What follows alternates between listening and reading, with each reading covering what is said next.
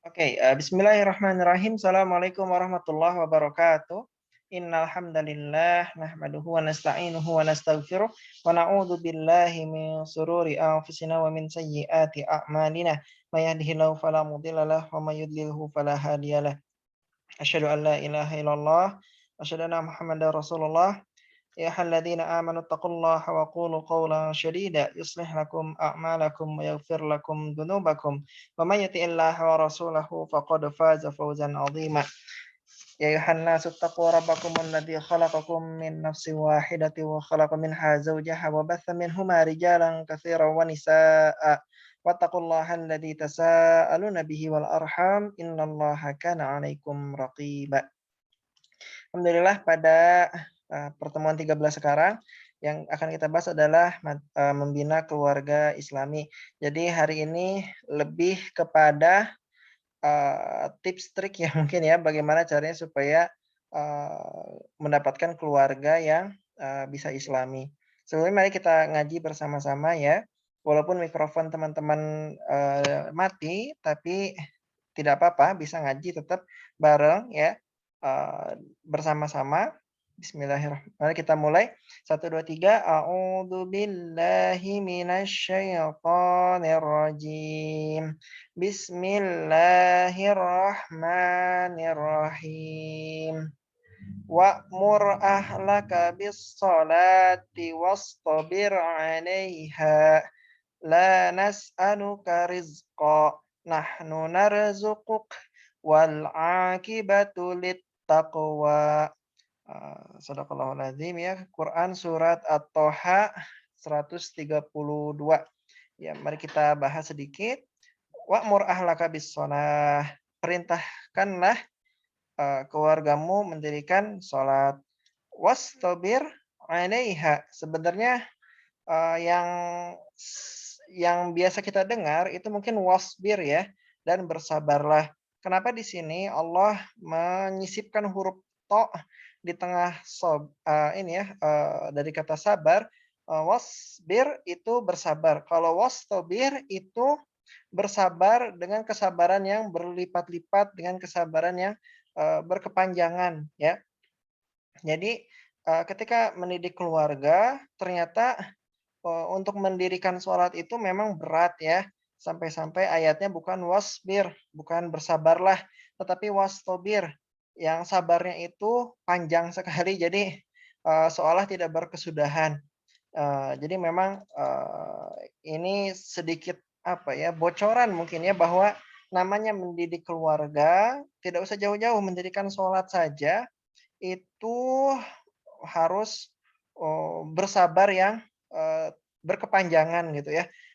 Sabarnya kok kayak nggak ada ujungnya, ya memang, itu berarti jadi bukan wasbir tapi wastobir 'alaiha, bersabarlah yang panjang kita atasnya, ya. Teman-teman seperti biasa kalau suara saya tidak jelas, chat saja langsung ya supaya saya bisa memperbaiki suaranya. Baik, kita lanjutkan terus, berikutnya ada la nas'aluka rizqa. Kami tidak meminta, rezeki kepadamu.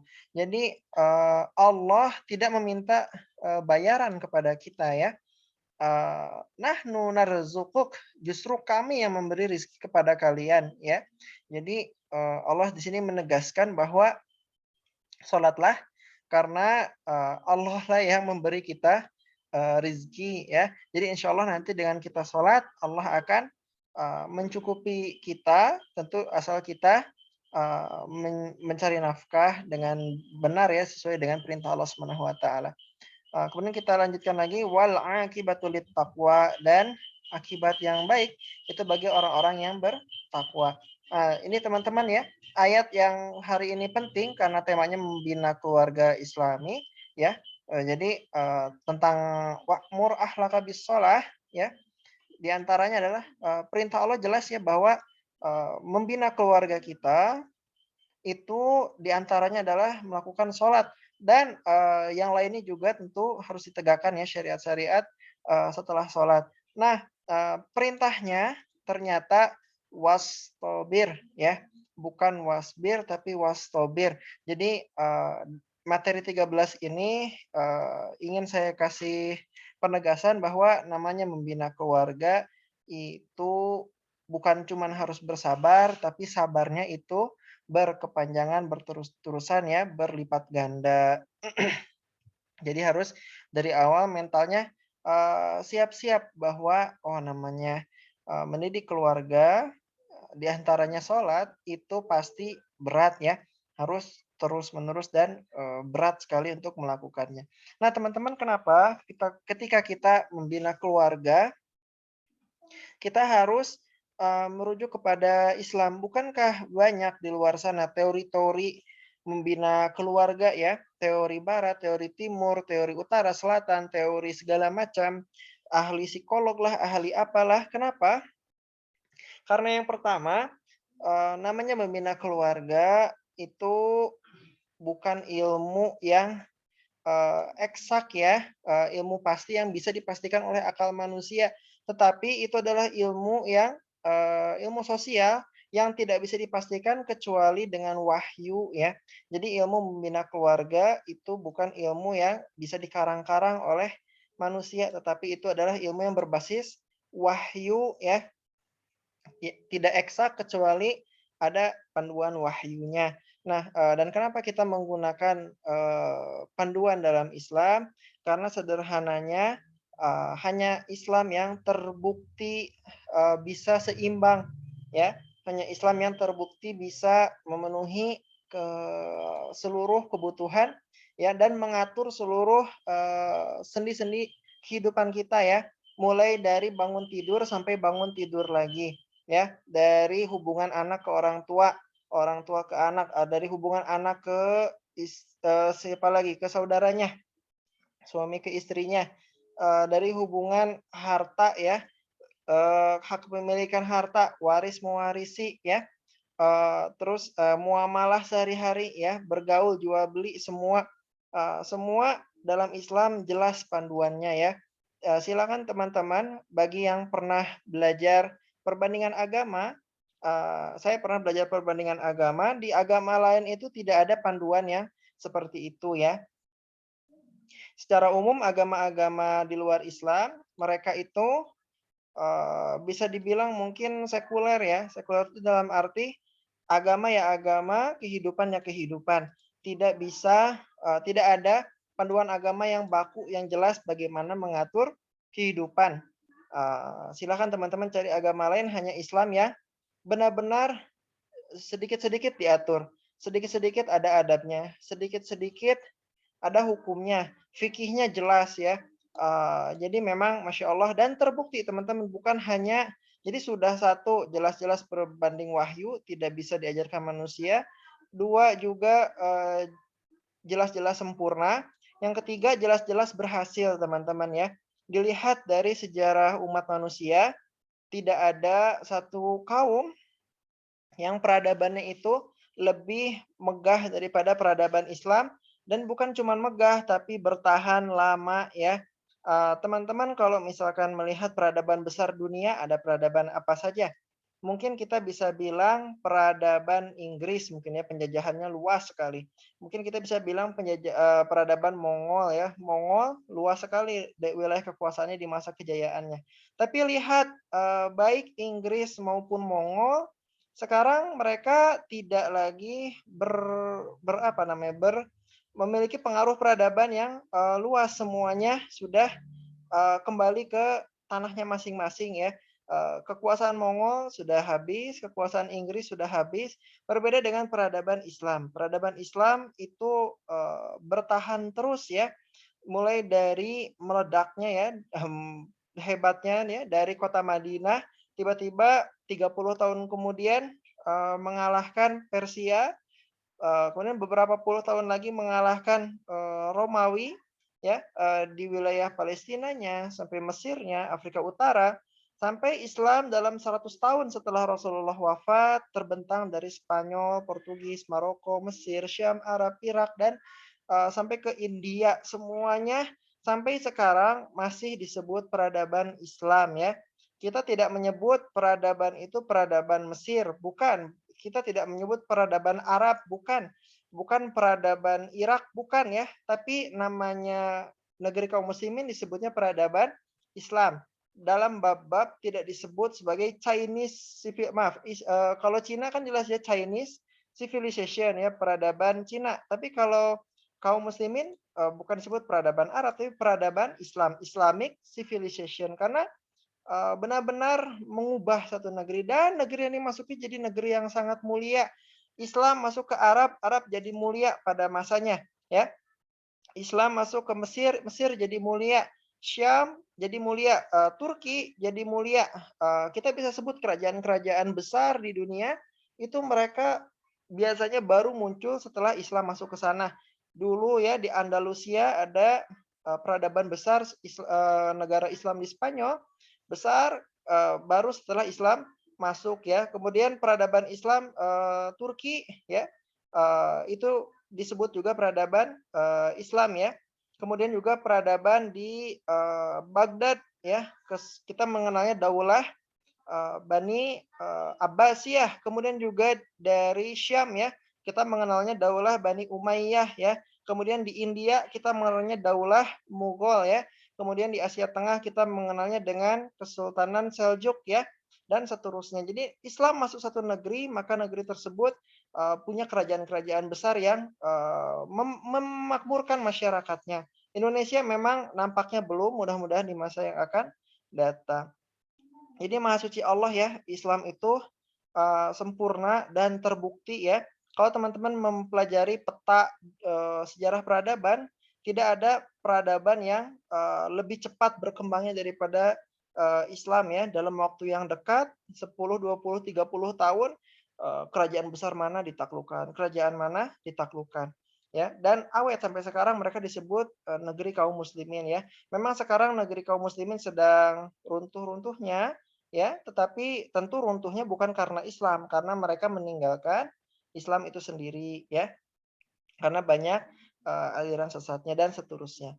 Baik, kita kembali lagi ke materinya. Jadi bagaimana cara membentuk keluarga Islami supaya bisa kembali berjaya ya, mulia sebagaimana dulu ala Rasulullah Shallallahu alaihi wasallam ya. Keluarga Islam ala minhajin nubuwah ya, sebagaimana para sahabat ya. Yang pertama teman-teman, ini nanti ada banyak langkah-langkah supaya membentuk keluarga Islam. Yang pertama itu kalau dari nasihat A'agim, mungkin kita masih sering dengar, itu selalu kita mulai dari diri sendiri ya. Mulai dari diri sendiri. Jangan sampai kita memimpikan hal yang besar, tetapi diri sendirinya sendiri belum berubah ya. Kalau teman-teman ingin memiliki keluarga idaman, keluarga Islami, masyarakat Islami, mulai yang pertama dari diri sendiri. Kemudian apalagi mulai dari yang mudah ya. Jangan, saya mau melakukan hal ini, yang berat-berat dipikirin ya. Saya ingin, mana misalkan dari antara puncak amal ibadah kan jihad ya. Saya ingin langsung berjihad, tapi sholatnya misalkan masih bermasalah ya, belum belum, tahu cara sholat yang benar ya, itu, melompat ya. Jadi mulai dari yang mudah dulu yang sehari-hari kita lakukan ya, mulai dari perkara yang wajib-wajib yang jelas di depan mata yang harus segera dilakukan ya. Jihad tentu dilakukan tetapi, pada porsinya ya, jangan sampai, melakukan jihad tapi meninggalkan sholat ya. Jadi mulai dari yang mudah ya, dan yang langkah yang berikutnya adalah mulai dari sekarang ya. Jadi jangan, ditunda-tunda ya. Silakan teman-teman ya. Jadi pertama, bagaimana cara membuat keluarga idaman, langkah yang paling awal pertama mulai dari diri sendiri, mulai dari yang mudah, kemudian mulai dari sekarang. Yang kedua, teman-teman, tipsnya bagaimana cara memiliki, keluarga yang baik ya. Ya tentu saja, langkah kedua adalah berkumpul dengan orang-orang sholih ya. Teman-teman tahu bahwa sahabat Nabi itu sifat-sifatnya ternyata tergantung apa hewan ternaknya ya. Sahabat Nabi sifatnya tergantung hewan ternak yang biasa ia kelola. Contohnya misalkan Abu Bakar itu biasa beternak, kambing ya, domba ya. karena domba dan kambing itu mudah diaturnya, maka Abu Bakar bersifat lembut ya, bersifat, apa namanya itu, penyabar ya, bersifat, tenang ya, karena gembalaannya kambing ya, tidak banyak yang tidak perlu kekuatan, ketegasan gimana, karena kambing mudah diatur ya, ketika digembalakan. Umar bin Khattab biasa mengembalakan unta, dan unta, teman-teman, itu hewan yang keras ya, susah diatur ya, mudah melawan. Itu sebabnya Umar bin Khattab terkenal punya sifat tegas, karena dari kecil, dari ayahnya, Umar diamanahkan untuk mengembala unta ya. Jadi orang yang biasa mengembala unta, dia sifatnya menjadi tegas. Kenapa tegas? Karena biasa menghadapi unta ya. Unta kalau nggak ditegasin repot ya mereka, dan nanti susah diatur. Ada juga sahabat Nabi itu yang pengembala kuda ya. Saya cuman agak lupa siapa namanya pengembala kuda. Nah, kalau teman-teman, tahu kuda itu cenderung cekatan ya, cepat ya. Makanya orang-orang yang biasa mengembalakan kuda, mereka sifatnya cekatan ya, mereka gesit, mereka, tidak lambat ya, selalu sigap ya. Nah, teman-teman, ini saya baru membahas tentang hewan ya.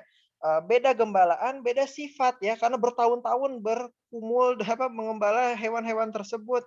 Bagaimana teman-teman kalau kita bergaul dengan manusia, ya, itu bakal lebih berpengaruh lagi, nggak usah jauh-jauh ke, hewan ya, buat teman-teman mungkin di sini mayoritas bukan pengembala hewan, ya, kalau teman-teman di sini bergaul dengan manusia, pasti akan ada sifat yang tertular dengan dari lingkungan tersebut. Makanya teman-teman kalau punya lingkungan, cari lingkungan yang solid, lingkungan yang baik, lingkungan yang produktif ya, lingkungan yang profesional, lingkungan yang, mengerjakan hal yang positif ya, yang tidak sia-sia ya.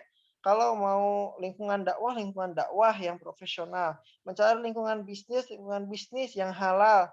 Mencari lingkungan, apa namanya, relawan, volunteer, cari lingkungan relawan yang produktif ya, yang benar-benar, bermanfaat untuk orang banyak ya.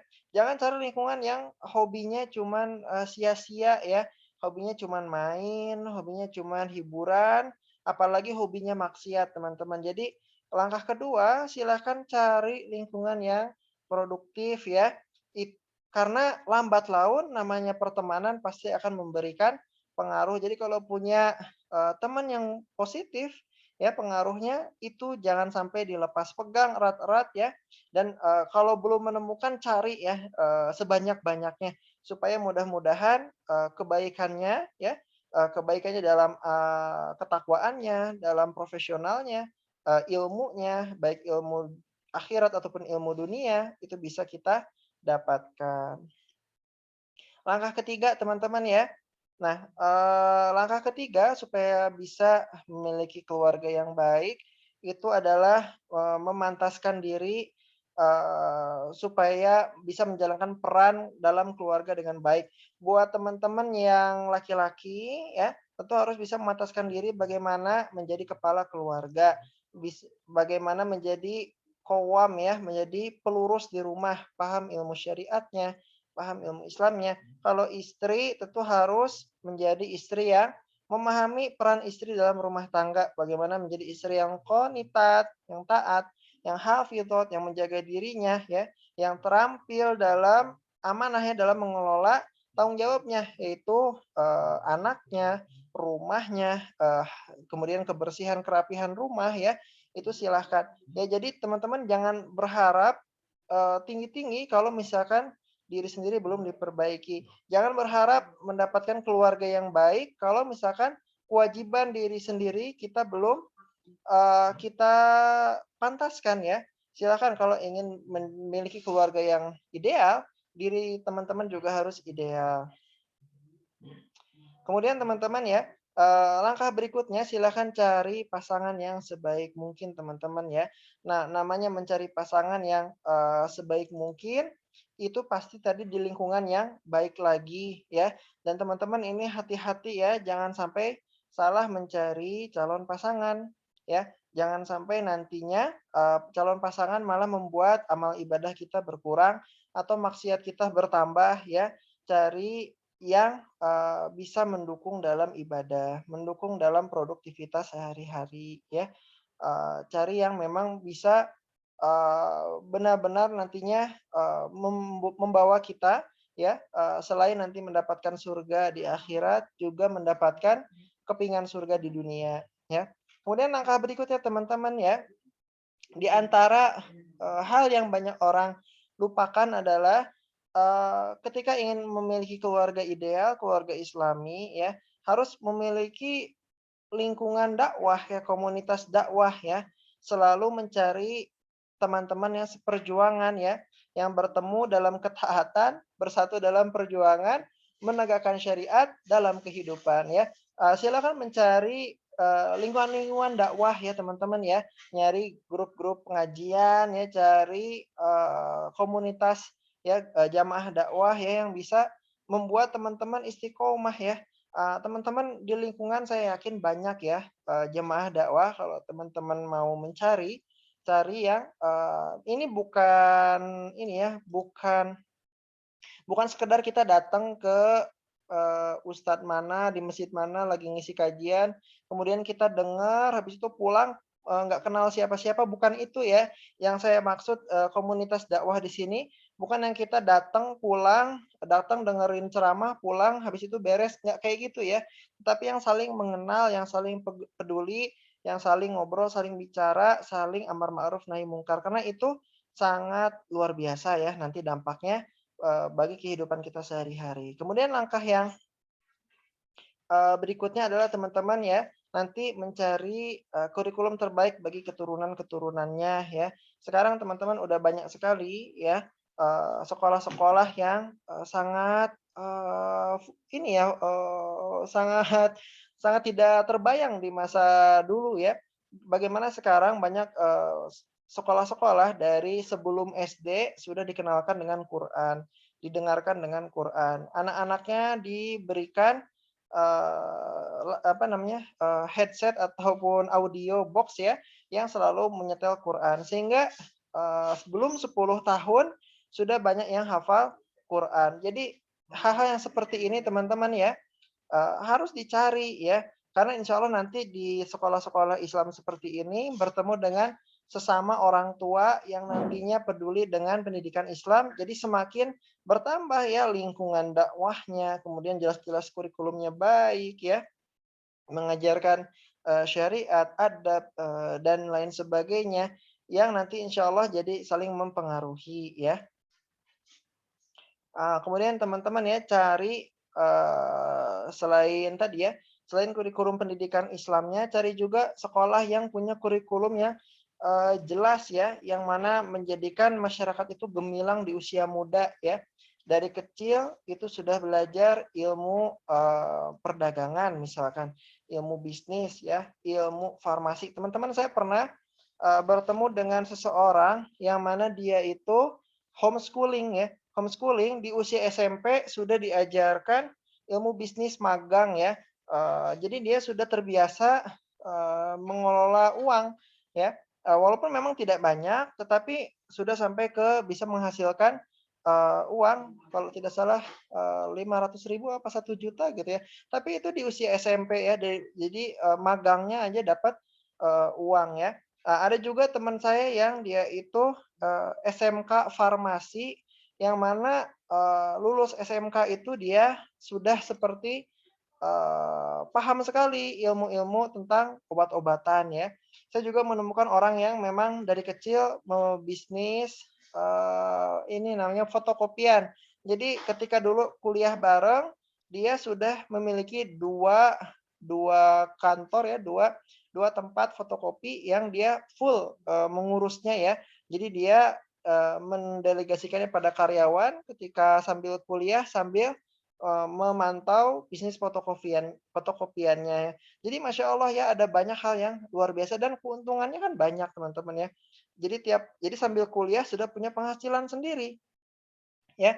Teman saya ada yang kuliah, dia sudah punya, restoran ya, dia memang tidak sendiri, mungkin 10 orang, satu geng bisnis ya, sambil kuliah, sambil bikin restoran, ada terkumpul mungkin 1 miliar modalnya, dan akhirnya, sambil kuliah, sambil pulang pergi ke restoran, buat memastikan restorannya berjalan, dan itu memang tidak sendiri ya, 10 orang ya, karena masih kuliah ya, mungkin modalnya masih belum cukup kalau sendiri-sendiri ya. Tapi ini kisah nyata teman-teman bahwa, oh Masya Allah ya, betapa banyak orang yang, profesional dalam Islam ya, dari kecil belajar bahasa Arab, dari kecil hafal Quran, dari kecil menghafal hadis ya, sudah besar, Islamnya sangat mantap ya, terbiasa tahajud dan sebagainya. Tapi juga ada yang selain ilmu Islamnya bagus, juga mereka ilmu bisnisnya juga bagus ya, sehingga sambil kuliah sudah berpenghasilan sendiri. Dan teman-teman namanya laki-laki sudah berpenghasilan sendiri, itu sebenarnya sudah sangat dianjurkan untuk menikah ya. Teman saya tadi dia bisnis konveksi misalkan sambil kuliah. Jadi kalau di tempat kuliah kami itu dulu ada acara-acara, dia yang bikin kaos-kaosnya ya. Dari satu kaos mungkin keuntungannya 10.000, tapi karena kan yang bikin acara tuh ada 1.000 orang, 1.000 untuk satu angkatan kan bisa sampai 3.000 orang, 1.000 orang atau berapa orang.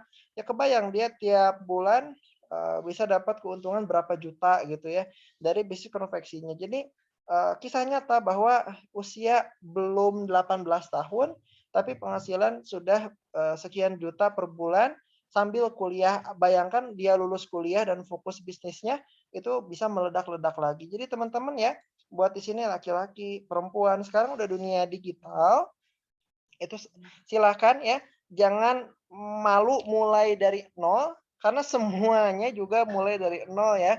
Semua orang yang, hebat itu mulai dari nol ya. Teman-teman yang mau belajar buka toko di mana, misalkan di Lazada, Tokopedia ya, di manapun ya, di toko-toko online silakan ya. Teman-teman yang mau belajar, ya silakan. Bisnis sekarang terbuka lebar dengan dunia digital ini.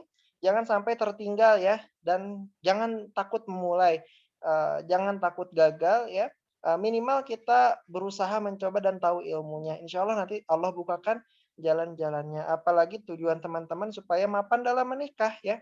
Allah akan insya Allah akan menolong selalu teman-teman ya, berjuang ke arah, nikah ya, jaga diri dari yang haram. Nah, kemudian angka ketujuh teman-teman ya, selalu dekat dengan, Quran, dengan hadis setiap harinya ya. Kalau saran saya teman-teman milikilah buku Riyadhus Shalihin ya.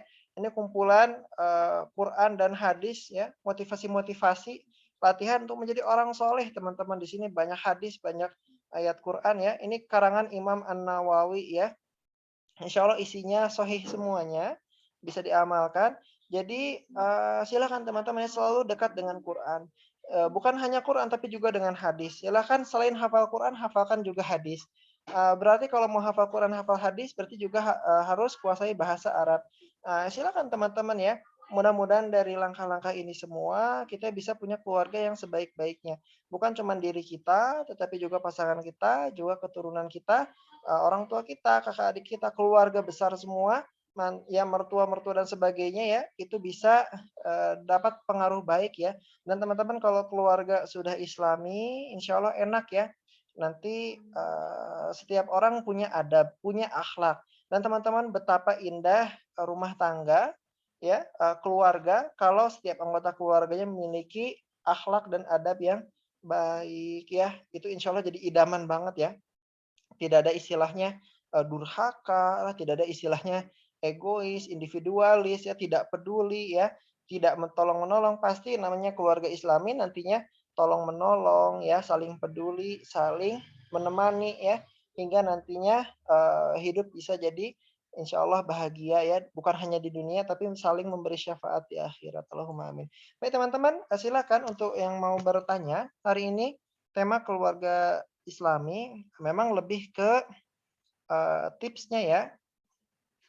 Ini, mudah-mudahan bisa jadi motivasi baik dari pembicara maupun yang mendengarkan ya, supaya bisa istiqomah ya, membangun keluarga sebaik mungkin.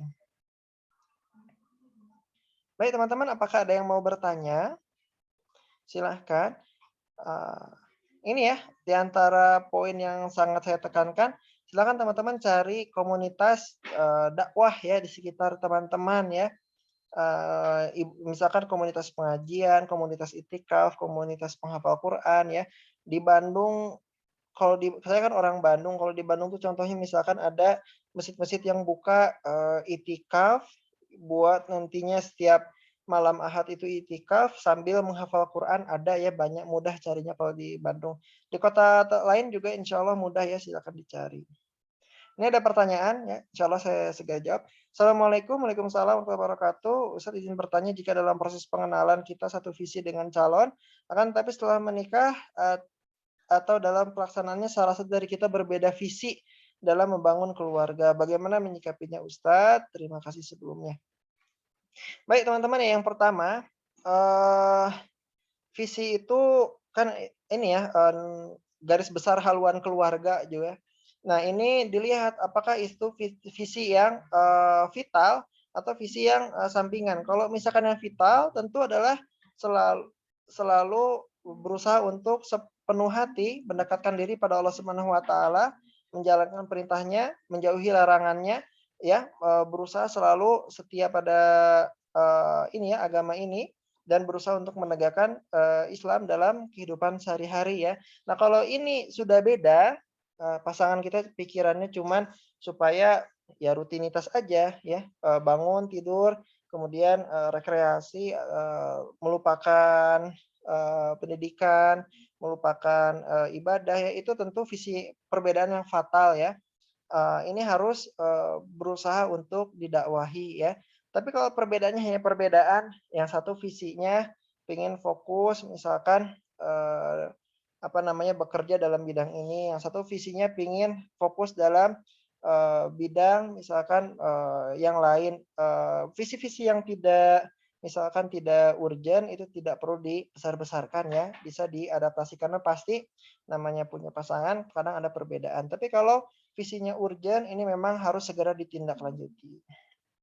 Baik ya, mudah-mudahan jelas ya. Jadi terkait visi dilihat sebesar apa, perbedaannya ya. Kalau perbedaannya itu sangat mendasar, ini memang berat sekali. Nah, terus ini ada pertanyaan lagi. Assalamualaikum Ustaz. Waalaikumsalam. Bagaimana langkah awal untuk membina anak dimulai sejak kecil? Karena terkadang anak kecil sedikit sulit ya. Yang namanya anak kecil itu mereka suka meniru ya. Berarti tinggal dilihat siapa yang dia tiru selama ini. Apakah yang dia tiru ibunya, apakah yang dia tiru ayahnya, atau yang dia tiru isi HP dan televisi. Ini bahaya ya. Kalau yang dia tiru ibunya, ibunya misalkan bermasalah ya tentu itu jadi bermasalah ya. Berarti intinya namanya anak kecil harus selalu ada keteladanan ya di dalam, rumah ya. Silahkan isolasi anaknya dari HP, dari TV ya. Karena kalau tidak pandai-pandai memilah, sosial media, TV, HP itu mirip kayak ayam ya, kadang-kadang memberi telur, seringnya memberikan kotoran. Ya, kalau buat anak-anak belum rusda, belum bisa memilah itu, baiknya jangan, diberikan HP, diberikan TV ya.